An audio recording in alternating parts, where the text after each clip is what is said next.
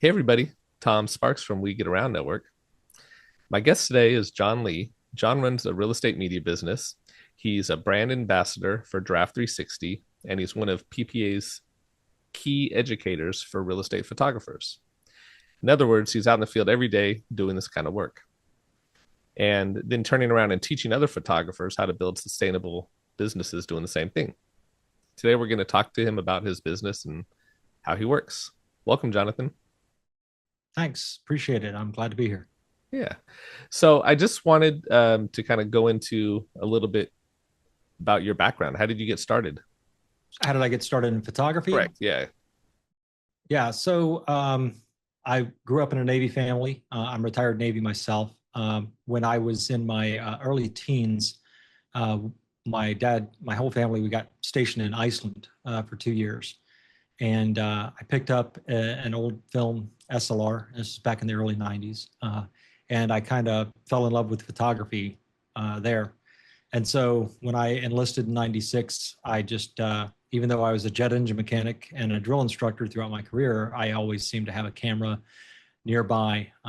Back in 2009, I decided I was going to start taking it a little bit more seriously, and I started doing it professionally on the side while I was still active duty. And then in 2017, I went full time.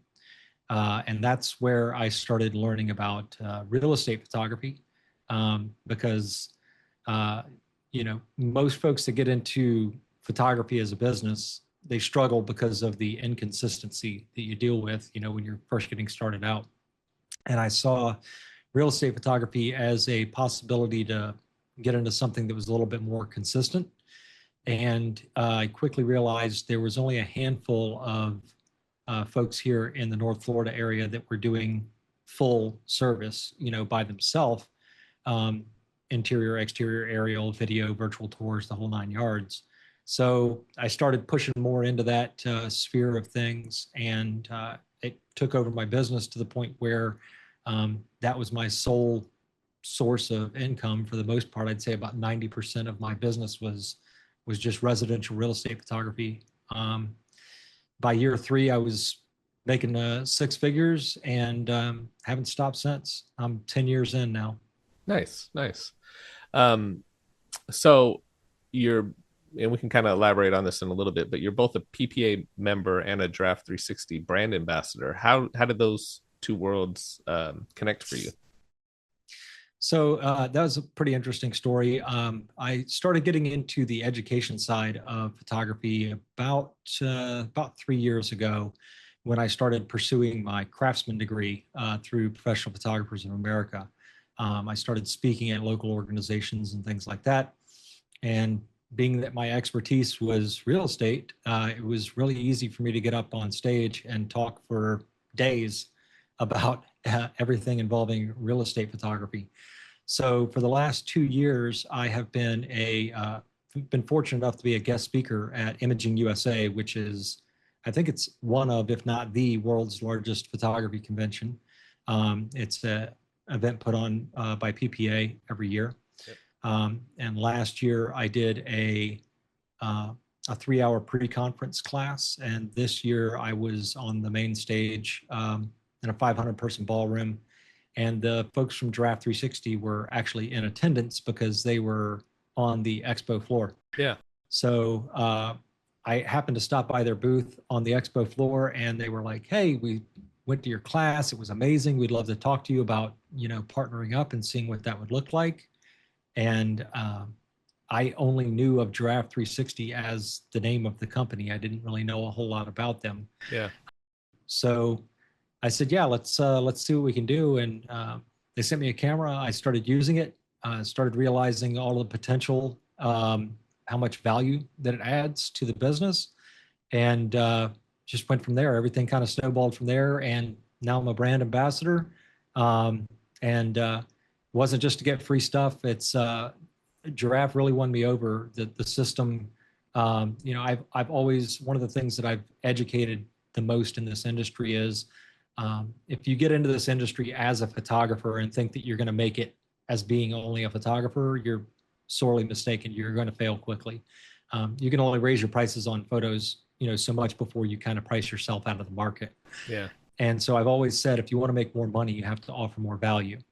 And the cool thing about Giraffe360 is their system offers more value than any other 360 system or platform out there. So it wasn't hard for me to really kind of lean into that system and make it a daily part of my workflow. Yeah, it's such a good product, and more importantly, the people behind it are great. So Oh my gosh, yeah. it's an unusual mix of greatness. Yes, yeah. Going back to your story of kind of how you got into it, that's very similar to how I got into it. I inherited a film camera from my grandfather. He passed away in '92, and it was a Ricoh 35 millimeter film camera. He used it to, he was the evidence technician at the police department, the lead evidence technician. So he worked on the Zodiac killer case and a bunch of other Oh wow. and used that camera. And sadly, I didn't have any film from it to develop, because I'm sure those images would have been really cool. But I kind of started playing with that around '97, and really took it serious, at that point, and started with photographing friends, and then I started shooting models and music artists, and then that went to family photos and weddings and corporate events. And I started, yeah, same here. Yeah, and I started real estate in 2017, 18, I think. Started working for a company as just a shooter, and noticed a lot of gaps in their business that I thought I could improve on, and kind of branched off a year later and did my own thing. My first real estate shoot was horrible. I don't know if yours was, but I was anti-tripod for years. Oh. I didn't buy a tripod until I did a real estate shoot, and the angles were all off. The verticals weren't vertical. I don't know why I got hired back to do another, shoot with this company. They were able to fix them somehow, I guess. So yeah, how was your first shoot? Actually, the only thing I needed to learn was the vertical side. I was already a pretty well-established photographer. I was an award-winning wedding photographer and music photographer. I have a lot of friends in the music industry, both local and national, world-known acts and whatnot. And side note, I'm a huge true crime fan, so love that your grandfather was a crime photographer. That's really, really cool. But yeah, go ahead. No, I was just going to say I'm looking at it right now, the Robert Graysmith book about Zodiac. I don't know if you've read it. I have. He's actually mentioned in there a couple of times. And wow. He didn't make it to the movie, but he's in the book. And I've tried to reach out to Robert to see if I can get an autograph or something. But, he's probably like in his 90s now. The book came out a while ago. So that's cool. That's cool. Yeah. But yeah, my first shoot was pretty good. Like I said, I was a pretty well-established photographer at the time. And it just took learning the ins and outs of real estate photography itself. Yeah. So walk me through a typical week for you. How many shoots do you typically do? What's your service mix, and how much of it is you? Do you have other people on your team, or is it just you doing it? No, it's just me. That's one of the things that when I first started doing this in 2017, I'm a business major as well. And, one of the key foundations of business is, you find the need, you fill the need. So I would constantly communicate with my clients while I was on location and ask them, what's your experience like? What are you looking for? What are some, have you ever worked with a professional photographer before? And what was your experience like? And one of the biggest pieces of feedback that I got was, I used to work with, this person, but they got big and they started making a bunch of money and they got tired of driving around all over the place. And they hired, Becky and Sue, and then Becky and Sue just didn't do it the way that they did. Yeah. I call that the clowns with cameras approach, because we just find clowns and give them cameras and send them out. So I made a vow to all of my clients when I first started working, I am the only person that you are going to work with in my organization. The only thing that I've ever kind of brought on as an outsource is my editing, and that's just to save my time, Yeah. here at home in the evenings. But literally every other facet of and the only thing I outsource is just the interior and exterior, all of the aerial, video, virtual tours, everything like that. That's all done by me. So I just take that one kind of bulk of the workload and let them handle that, and then I'm still kind of touching them up after the fact. But yeah, that was the way for me to make it work. Yeah. Have you found that because I'm in the San Francisco Bay Area, and Oh, I need to come visit. I don't know if the agents here are just they're a little different, I think. A lot more technology focused and kind of a little bit more of a hurry up. And so I've found with my business, when I've told agents, I'm busy today, I'm booked today, I can do it in 2 days. They don't want to wait, and they're going to go down the list and find the next person. Mm. Have you ran into that where you've been too busy, where you've had to turn clients away just for the In, and they've went somewhere else? oh, absolutely. Well, one of the things that I really did, early on is being retired military. I don't have a time for a lot of fluff and fake people. I have been fortunate enough to align myself with agents that genuinely appreciate what I bring to the table, and so much so that when I go on vacation, my agents will push their listing just so that they can make sure that I'm the one that's doing the photography.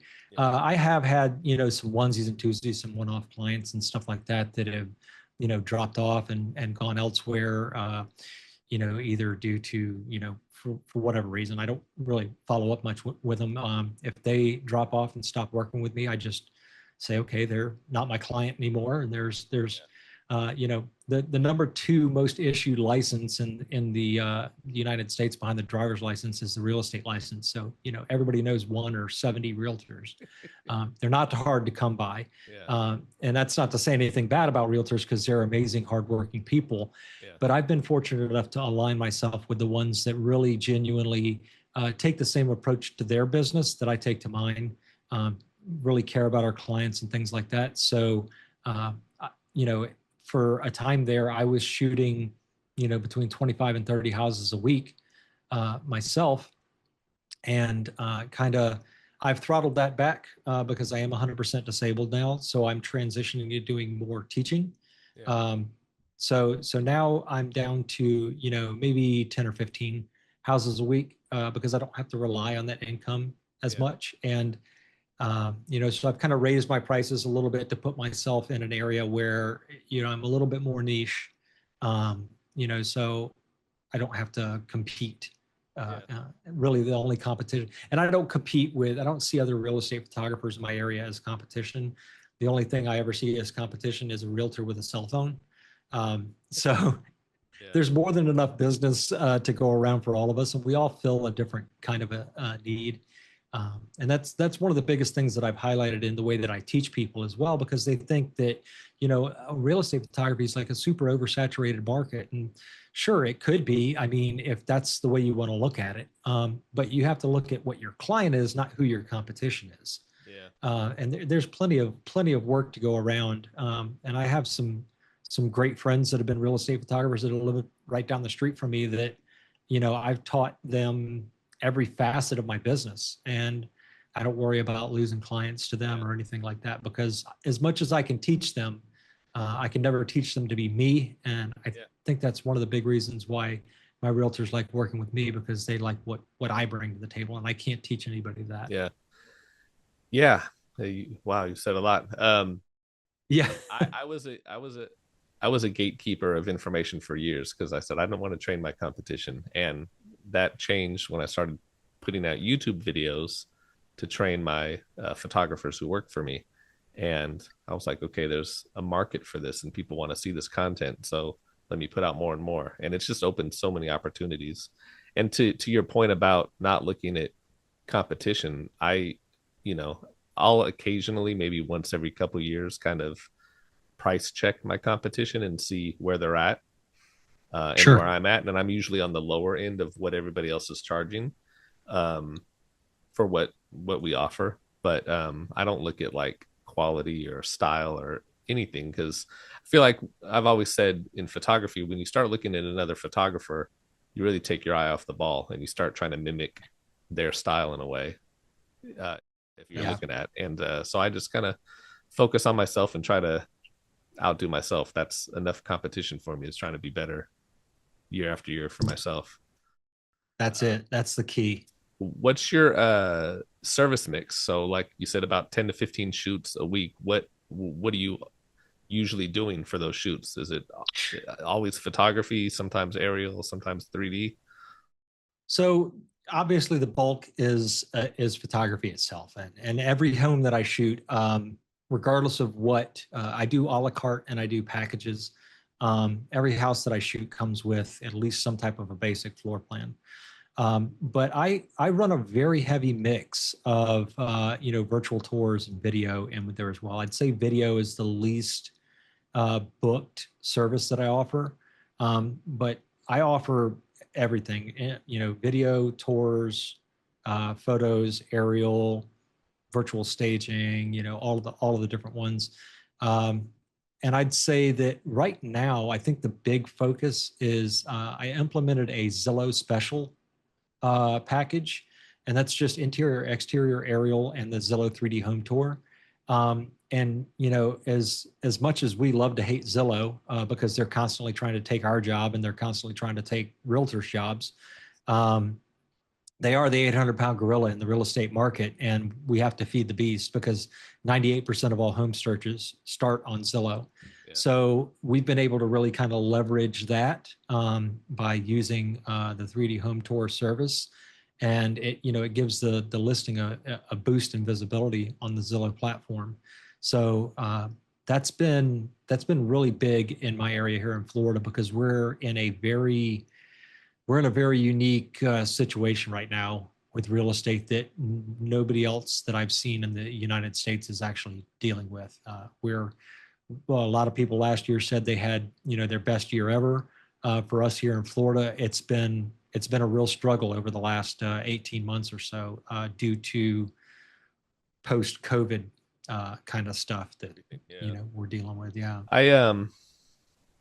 I just ran a report of like shoots year over year, and I think my best year was 2022.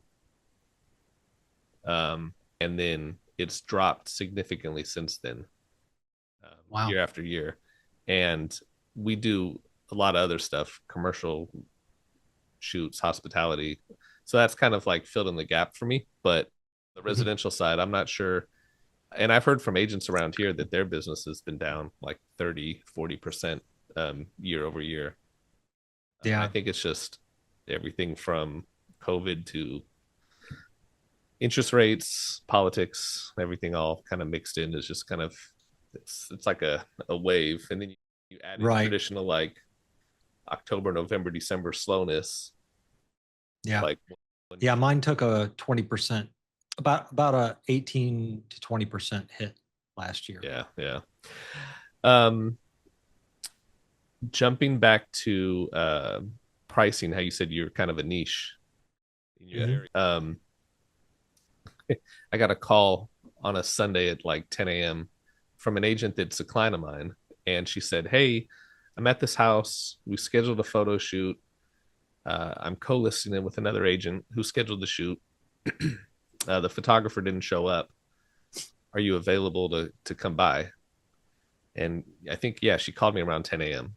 on a Sunday, and so I showed up at 10:45, and I did the shoot. And she said, "The prices are getting up there. The other photographer that was hired is much cheaper." And I was like, The one that didn't show "Where up. are they at?" She Yeah. goes, "Right." Yeah. Yeah. And so, I, yeah, being customer focused, having pricing that may be a little bit outside the norm. It's not always a bad thing to be outside of the norm. If your customer service is impeccable, people are willing to pay for it. yeah. the total package. That's really, I've said for many years that, realtors are the trouble with realtors is everybody has their hands in a realtor's pocket, right? And they're getting pulled in 10 million different directions, throughout the day. Yeah. And, I want to be an alleviation to that stress. And again, I align myself with realtors that take their business serious, right? They're not an employee of Watson. They are their own business within that entity, because that's how I approach my business as well. But I have only ever once in a while have I ever had you're considerably more expensive than somebody else. And yeah, there's a reason, if you go searching for a vehicle and your budget is Mazda, you don't go to the Mercedes dealership. And I'm not trying to compare myself to the Mercedes brand. However, there's a reason you pay more for me. I'm recognized as one of the biggest experts in this field for a reason. I'm very good at what I do. I take very, very good care of my good paying clients and stuff like that. So I expect it to be reciprocal, as far as, and the majority of my clients, I have never, ever heard them even mention price. Honestly, they'd be more than happy to throw, 20 to 30% more at me for what I do, just because of the way that I do it and the way that I take care of them. I'm consistent. I'm reliable. I don't work on weekends. That's for sure. That's a big one that I tell them right off the bat. I don't work on weekends. So if you're looking for somebody like that, you need to go elsewhere. But I set very clear boundaries in real estate photography, and I don't, I don't mince words with that. I'm very upfront with how I approach my business. Yeah. Yeah. Um, so let's talk about Draft 360. When you Sure. first got your hands on the pro camera, uh, was it because, well, it was because they presented it to you, or were you trying to solve a problem and thought this would be a good solution? I think you said that they had sent you one, but Yeah. So I've used other ones. I've used other companies. I've used Matterport. I've used iGUIDE. And I felt that obviously the whole industry right now is going away from Matterport.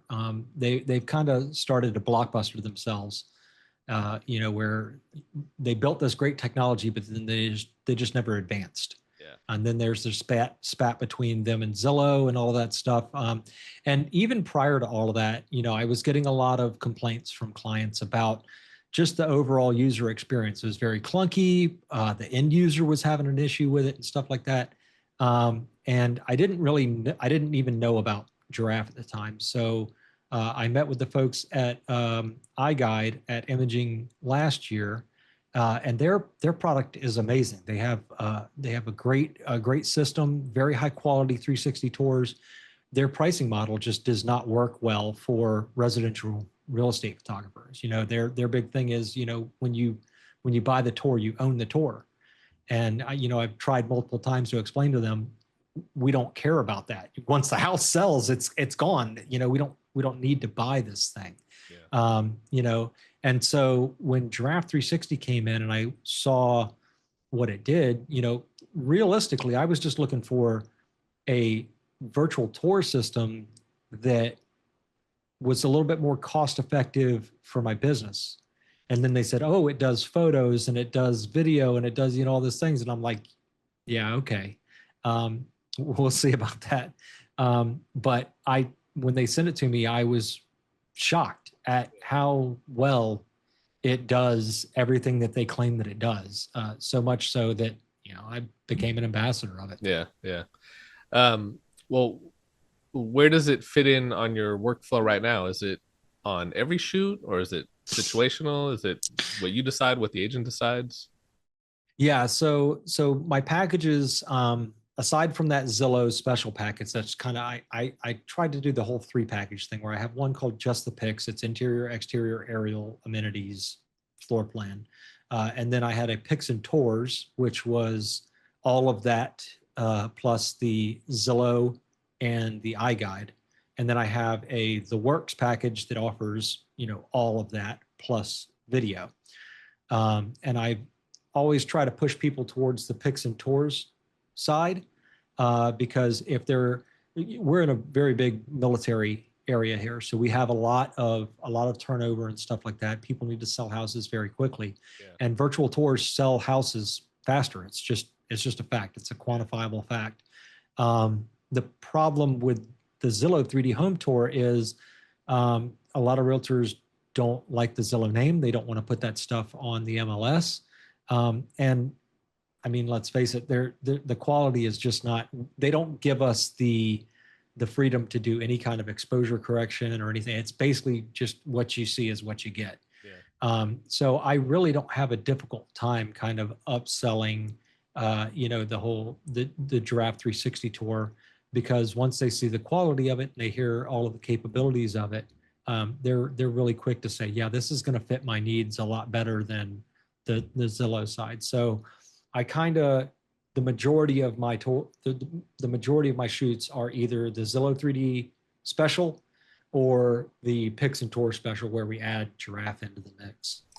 Are there any jobs where you deliberately don't bring Giraffe360? And if there is, maybe walk me through that decision. No, honestly, if I could do every single one of them, with where it's Picks and Tours or better, that's what I recommend to most of my realtors. But honestly, we have to understand that budget is a concern for them, and sometimes they're taking a cut rate, whether it be for whatever reason. I don't really get into that for them. Yeah. And I never try to upsell a realtor just to make more money. I make plenty of money in this industry. I never try to take advantage of my clients and say, oh, you should do this on a property that really just all it needs is some pictures. I shoot everything from double wides on dirt roads to multi-million-dollar mansions. Yeah. But I approach them all the same because that's somebody's crown jewel of their, that's their most expensive asset. Yeah. But yeah, I try to push most of my clients towards doing the Picks and Tours package because there's so much value in it there, but at the same time, understanding their budget and their needs, and really just, trying to work within that. Yeah. Has Giraffe360, has having that camera, the pro camera, changed your time on site? And what does that mean? It has. Kind of in real dollars for you? So I didn't change the price of the offering once I implemented the Giraffe360, and I'm still kind of fleshing out exactly how I'm going to use the system, as far as separating where it's just a virtual tour, like I'm doing a single scan. You use the system, right? Yeah, yeah. So, okay, so you could do the single scan where it's just the virtual tour and the floor plan, and then you could do the double scan where you get the fly-through videos and all the other cool stuff as well. I haven't really tried to separate the two yet. I don't know that I am. I don't like to gatekeep that kind of stuff too much. If I'm going to give you the system, I want to give you the system and all that it has to offer so that I can justify, the price of it. And, my clients they see more value in that. So I think I've gone off on a tangent here and forgotten what the original question was. No, well, I'm curious, like, well, how has it changed your time on site? Are you able to get right versus using a different platform? So, and you said no, it's definitely not quicker. Okay. Well, they've updated the firmware, so the double scan. Yeah, quicker, but yes, I would say that I spend maybe I'd say it's about a 10% increase in my time on site, just because of the fact that with when I was doing Matterport tours, I was using a 360 camera. I wasn't using a Matterport camera. Okay. So I didn't have to wait for the whirly round and all that stuff. Yeah. So that's a very, very quick, I could do a Matterport about as quick as I could do, the Zillow 3D Home Tour, which is blazing fast. Yeah. it does require more time on site. However, you're getting a lot better quality. Yeah. So it's justifiable in the sense that, maybe I am taking a little hit on, well, I can't even say that I'm taking a hit on ROI, because the system, the way that it's priced, makes so much more sense than any other system that I've used. So the additional time on site, it really doesn't bother me at all. It's like trading one for the other, but what I'm getting and what I'm able to give to my clients, vastly exceeds anything that I've used before. So it's justifiable. Are you delivering photography from the Draft 360, or are you doing that still with your mirrorless or your DSLR? So that's kind of on a case by case basis right now. I am very pleased with the quality of the what I get out of the Draft 360.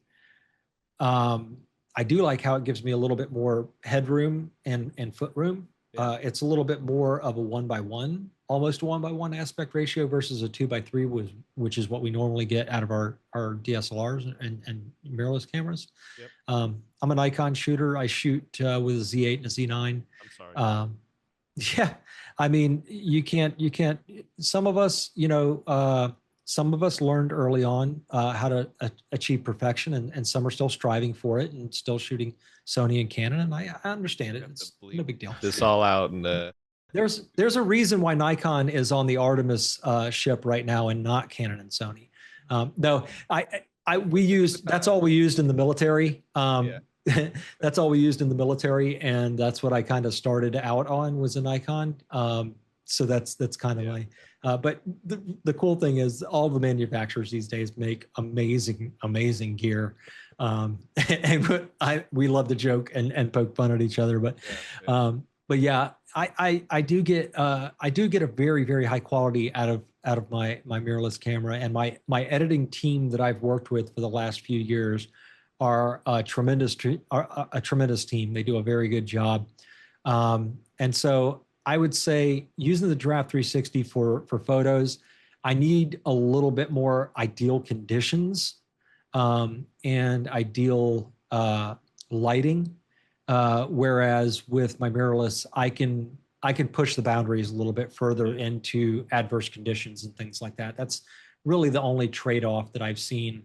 But if I was just starting out and didn't have $30,000 worth of gear that I was schlepping around to different shoots and whatnot, I would be 100% confident in shooting pictures with just the Giraffe 360. My first real estate shoot, I've said this story before, but my first real estate shoot for myself was a client, and she hired me to shoot this house. I did it, and I went home and handled the editing through like Photomatrix or whatever, one of those. Oh, Photomatrix. Yeah. Photomax, yeah. And boy, the pictures were horrible, like absolutely horrible. And she let me know that they Same. were horrible. And she, thankfully she gave me a second chance. And I told her, I said, if you give me a second chance, I'll shoot the next house for free, and I'll have them professionally edited. And I went out and found some editors, did the shoot, and she was so happy with those pictures that she told everybody in her office. And she's the reason that I have a business today, because that word of mouth referral just kind of spread like wildfire. Yeah. And I was thinking, man, I wish I would have had the Draft 360 camera back then, because I wouldn't have had to worry about the editing aspect. That come from it are definitely passable. They're great quality. Yeah, I just taught a week-long class down in Miami. I do 2-week-long classes every year down in Miami at my dear friend Jesus Cabrera's studio down there. He's an amazing portrait photographer and a dear friend of mine. And we just wrapped up our spring week-long class, and we had 7 students. and a couple of them were on some older DSLR equipment, a little bit cheaper DSLR equipment. Yeah.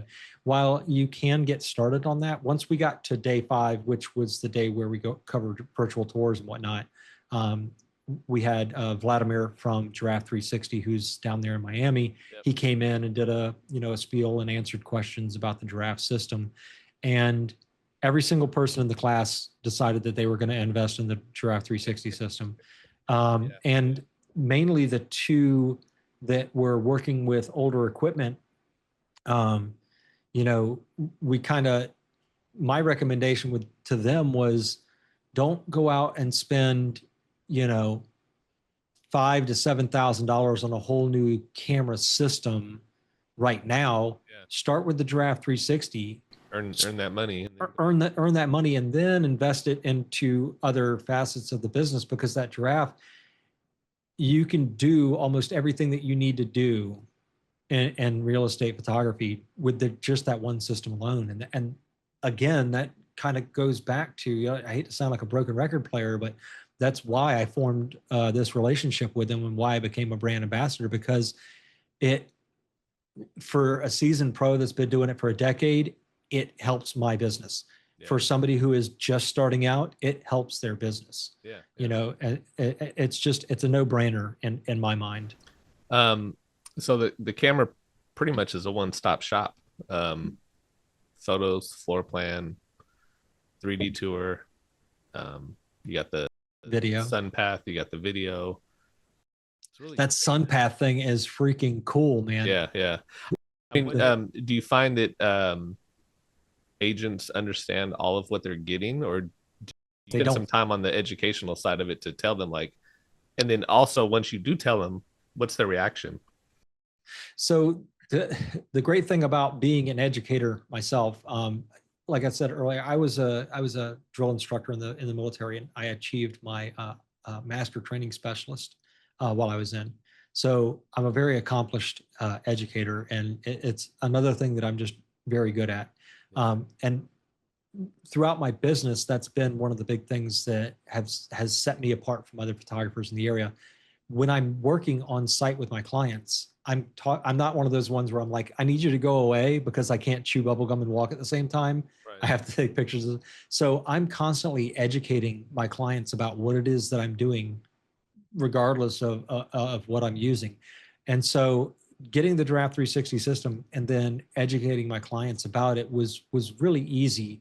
Once you show them the results and you're like, hey, this is what they know, what we had prior to, because a lot of the clients that I've been working with for my first 3 clients I ever worked with are still clients of mine.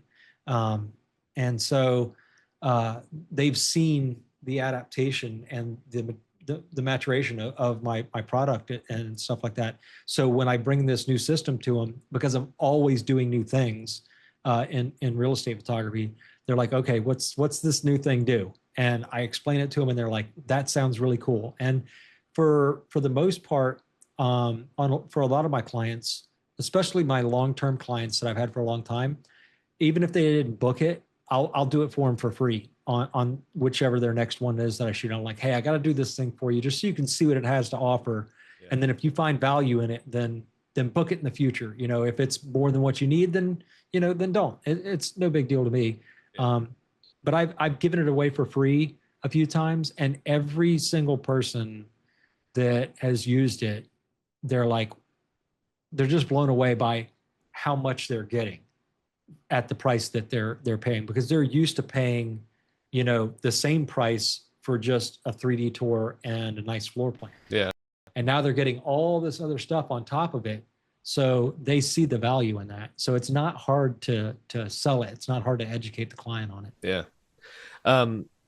So what does being a brand ambassador role actually look like on a day-to-day? You said you're doing some trainings. Are you what's your day-to-day kind of brand ambassadorship look like with them? So that's one of the reasons why I have this stark white background right now. And, we talked prior to recording. I'm in the process of building a whole new office here in my home. And one of the main reasons is every year I set goals. Mm-hmm. And for several years now, one of my goal is I'm finally going to launch my YouTube and be more consistent at it. And it always falls to the wayside because I get so caught up and so busy in business. But now that I'm making that transition to doing more education and less on-site shooting, I'm not taking on as many clients anymore. Yeah. I've pushed more into creating that content so that I can, be a better educator in this space as well, because there are so many educators. There's so many people out there that are doing, an amazing job at teaching people this industry. But there's also a lot of people that I see out there where they're telling people things, and it's like, that's in my opinion terrible advice, because you're setting them up to have to redo and change things in the future. So I'm more of the buy once, cry once, get it right in camera, do it right the first time. Yep.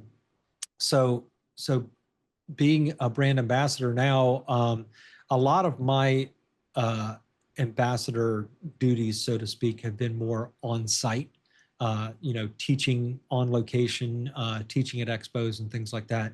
But I'm in the process of creating more content that's out there. I don't know if I'm ever going to be one of those guys that offers like, here, download my course for, $800, because my system is constantly evolving. I've had so many of my students that ask me, hey, can I buy like a course online with you? And I'm like, no, because in 6 months it's going to change. Like I'm constantly adapting and doing new things and trying new things. Yeah. So One thing that I've done, I'm kind of with you on the course route. I've thought about it. I don't know where I'm at with that, but one thing I have done is offered paid consultation calls. same. That's really been beneficial. So people can book an hour and ask me anything they want about pricing, scaling, whatever it is related to any of my businesses, and I'll answer it, to the best of my ability. And they found a lot of value in that. So yeah, my clients have as well. I've helped I just started doing that back after Imaging USA this year. Yeah. And I had several students from my class there at Imaging. The hard thing for me is when I get booked to do one of these classes where it's like an hour or 2 hours, I'm like, I have so much to say. Like, it's like, I can't, all I can do is tease you with a little bit of information. Yeah. So I have had a lot of my students that have gone to those smaller classes that have booked, online mentor sessions with me and stuff like that. And I'm able to kind of connect the dots for them a little bit better and answer their questions. So yeah, I enjoy doing that. Is there any feedback that you've taken back to Giraffe360 that, maybe from the field that they've actually acted on or implemented? Nothing that they've actually implemented yet, but there are things, I don't know how much I can talk about, but there are things that they are working on in terms of some limitations that I've seen in the software. The hardware side of things is, I'd say it's about 85 to 90% of where I would want it to be if I was to say, this is my end all be all. I think I could do everything with this camera and put the Nikon and just keep it in the bag and you just use it for wildlife photography. But we have had several talks about some small software tweaks and things like that I think are going to be extremely beneficial to people once they implement them. But that is the really cool thing about them. When I first met them at Imaging USA, and we had kind of talked about eventually ending up to where I am right now, I told them, I don't want you to give me any special treatment. I don't want you to handhold me through this process. Just send me the camera and let me figure it out. Because I want to learn it from the aspect of, I just bought this camera. How does it work? And, I wanted to see how user-friendly it was, just picking it up, not reading any instructions, not watching any videos. Can I figure this thing out just by turning it on and going? Yeah. And there are some there, and it's nothing big. It's just little tiny little things where I'm like, hey, I think it would be really good if we were able to do this or that. And good thing is the folks that are building these cameras, like they're into that stuff, man. They're really into like developing technology and stuff. So they're like, oh yes, give us more, give us more. And they told me from day one, they're like, we want you to be brutally honest with us. If it's shit, tell us it's shit.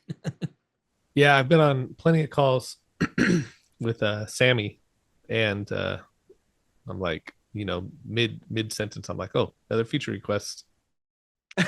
And he's like, hopefully it's taking them and running them up the ladder. Is there a feature or a workflow improvement that's like top of your wish list that you wish that they would implement? I would say the biggest one for me right now is, and I kind of found a little bit of a workaround when I was, they had their videographer, their staff videographer flew out to record some content with me a couple weeks ago. And I told him, I said, one of the problems that I'm running into is I do the double scans, right? I like to do the video and all that good stuff. And the problem I was running into was I would go out, and of course, in order to get a complete floor plan, you have to scan the garage and some areas that you don't want seen on virtual tours, because that's where everybody just hoards all their stuff at when, And so the problem I was running into was I would send all of the data in, and then I would get it back in the morning, and I would have to go in and turn off certain scans. Yeah. And then it would have to go through a whole reprocessing state. Right. And I would have to sit and wait again. And I'm the type of person where when I shoot a place, my clients get 100% of their deliverables typically by 9 a.m. the next morning. Yeah. This lightning fast turnaround has been like a linchpin of my business. Yeah. So that I was like, ooh, this is going to cause a problem, because I can't be delivering like this.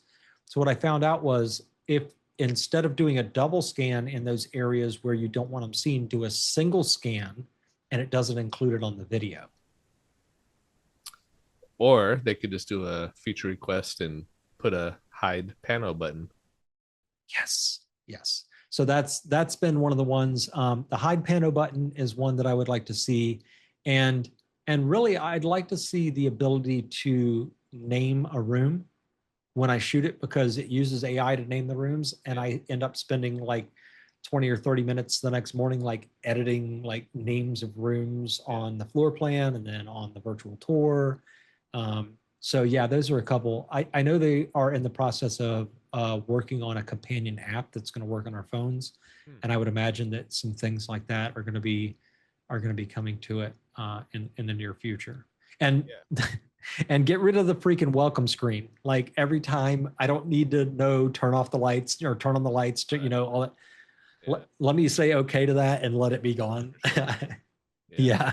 Well, they come out with updates very, very fast. So yeah, hopefully by the time this comes out in a couple days, right, new update. So you're kind of described as, or you are described as PPA's key real estate educator. What does that role look like, and who are you teaching?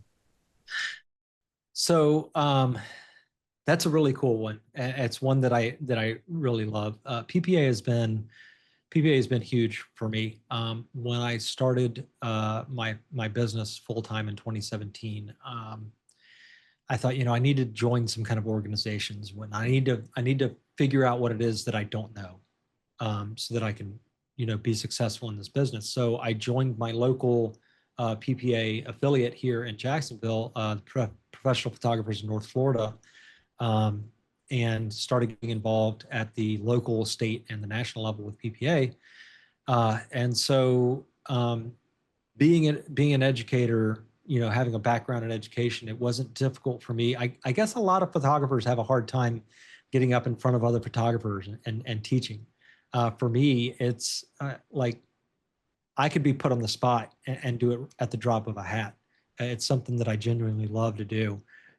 So when I became a little bit closer friends with some of the people at the top of the food chain there at PPA, They saw the value in what I was doing because they didn't have they have a lot of the education for like portrait photographers and, wedding photographers. There wasn't a whole lot for real estate.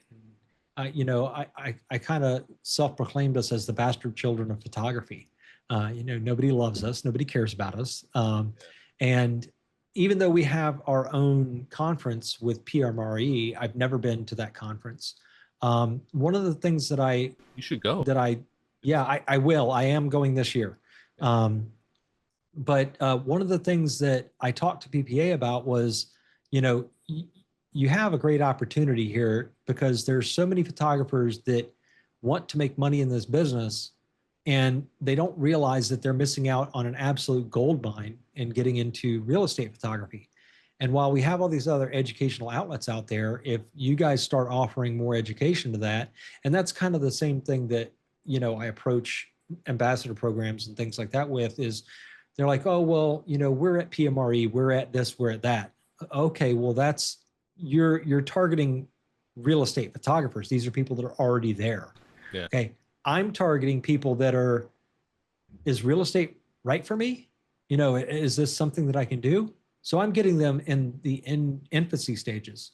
And so Angela Kirkian, who is taking over as the CEO actually next month of PPA, is an amazing person that is really looking to bring so much value to photographers at the PPA level.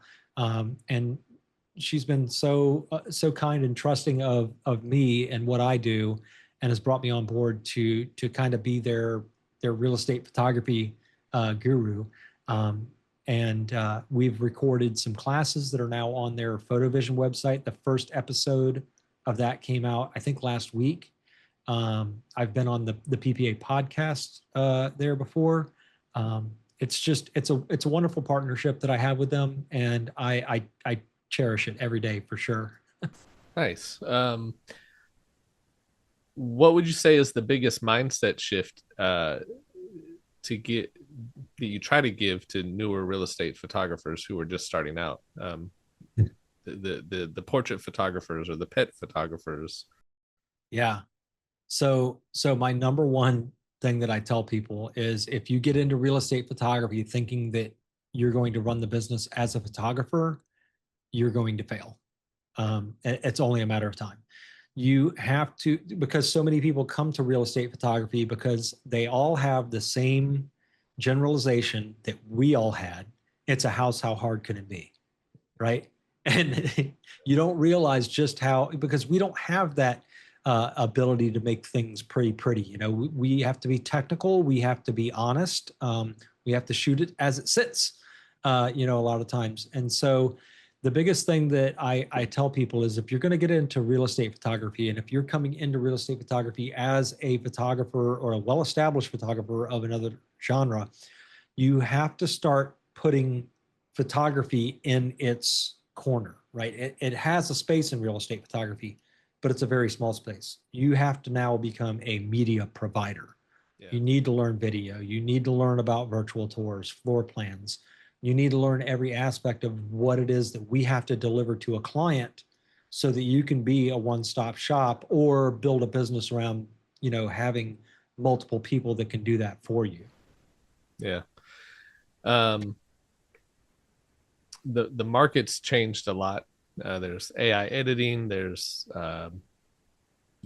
automatic floor plans with your phone, virtual staging. Where do you think DJI Ban. Where do you think humans fit in as far as photography in the future? I don't know if I'm one of the few, but I don't view all this AI stuff as a negative. It's never going back in the box. Yeah. You can either embrace it, or you can end up like Blockbuster and Matterport, I guess. But the AI aspect of things, I think that there's some overregulation that's going on, namely in your state out there. They just had that new law that came into place. 723. Yeah. And I think if you read the letter of the law on that, you would basically have to disclose every single photo you ever take because everything is digitally manipulated. It's just, but that's, regulators regulating things that they don't have any knowledge about. Um, and it's going to take Well, here, pushback from our industry. yeah, here, just kind of speaking to that real quick. Yeah. It came out, and yeah, I've always been a fan of saying what's been digitally altered on a house. Had an Agreed. agent get in hot Same. water because um, we added fire to a fireplace, and the fireplace actually didn't work. And the agent put that on MLS, and the buyer's agent held him to task on it and said, "You have to fix it, or we're gonna file a complaint." He Hmm. had to pay $1,000 to fix this fireplace, and I felt horrible because he didn't ask for the fire. My editors just did that, and so Right. I ended up crediting him $1,000 for future orders just because I felt bad about it. That's awesome. Yeah, That's but awesome. one thing that law didn't really cover that I think that it should is virtual twilights, Hmm. because I thought it did cover virtual twilights. um, no, I'm thinking that it's anything attached to the house or the neighborhood. Huh. Yeah, Okay. Photoshop a water tower out or a street pole out, but Right. I didn't. Which you shouldn't. Yeah, you shouldn't. And I didn't see anything. We all do sky swaps, or Mhm. generally, which are okay. But when it comes to twilight, that can really affect.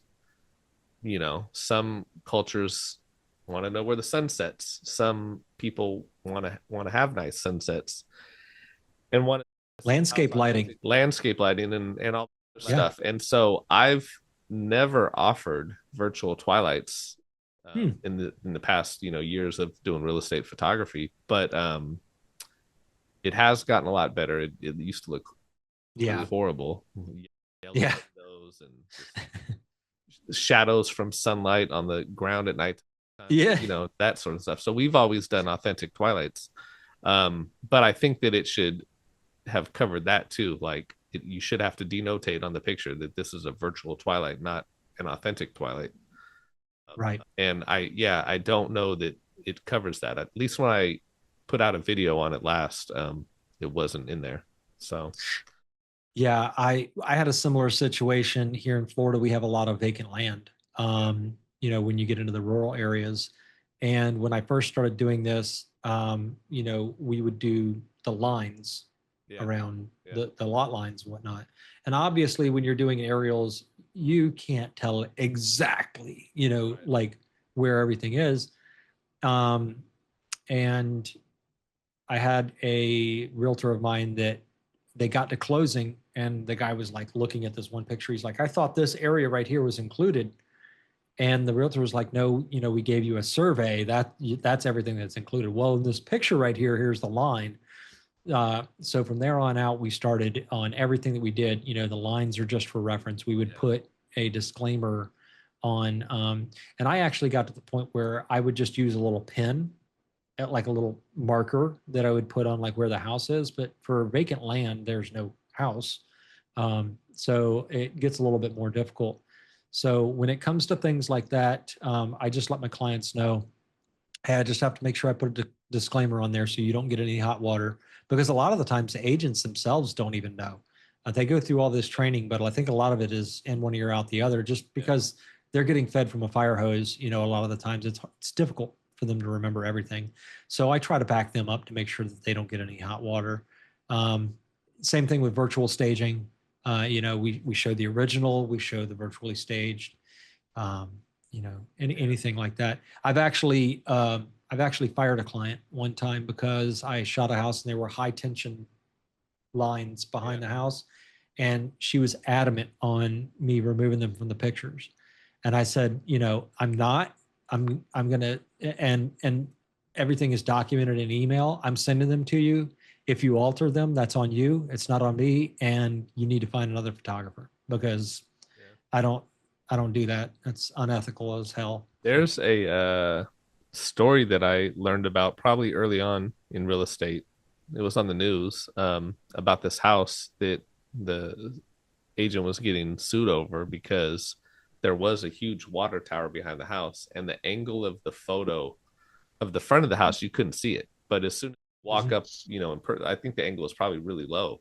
But when you walk up in person and look, yeah, you got this ugly water tower. And so that led to them being like, not sued for false advertising, but getting in trouble with their local MLS.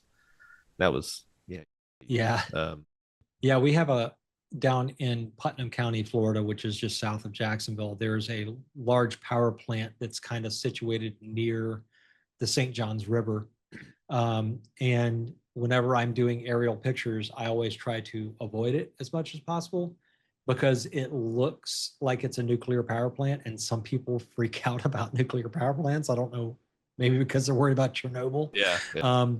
But that's always, when I get clients that are like, hey, is there anything you can do about this? I'll tell them, I can shoot from certain angles that don't highlight that, but I can't remove it if it's in a photo. Like we shot a house that was like right next to like a veterinary clinic or something like that. And the agent was like, do you think you could like get an angle where you don't show that? I'm like, it's 6 feet off the freaking property. Like there's no way we're avoiding that. It's going to show up. And he's like, okay. I said, it doesn't look good. It doesn't look bad. The place is clean and stuff like that. And I mean, it is right next to it. That's what it is. And he's like, okay, cool. A client of mine had a seller ask to Photoshop the cars out of the neighbor's driveway the other day. Huh? And because it made their house look bad. Like, no, it's not going to happen.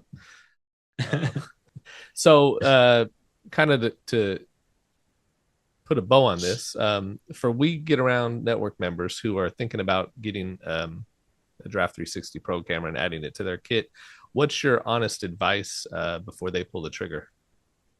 Honestly, I think if you're already offering virtual tours and you're happy with the one that you've got, I would say get it and try it out, and see what you think about it. It might be better than what you have. In my opinion, it is, because I've used them all. Yeah. And if you don't currently offer virtual tours, it's a no-brainer. Like, get the damn camera. It's going to offer for what you're paying for the program with it. You use it twice in a month and it's paid for itself. Yeah. It really is going to offer so much value to your system. It's going to give you more products to offer that can make you more money. And over my 10 years of doing this, the biggest ROI piece of equipment that I've ever gotten into is virtual tours. I have a bigger profit margin on virtual tours than I have on any other service that I offer. So if you don't offer it, you're seriously leaving money on the table. You really should. Yeah. I have a friend who offers just photos only for his real estate business, and I'm like, you got to offer more, because he's telling people to come hire me for aerial or for tours, and I'm like, they're gonna see that I offer photos, and you just got to offer more. I had the same situation pre-COVID. A friend of mine in the area, he is a tremendous real estate photographer, is an amazing photographer altogether.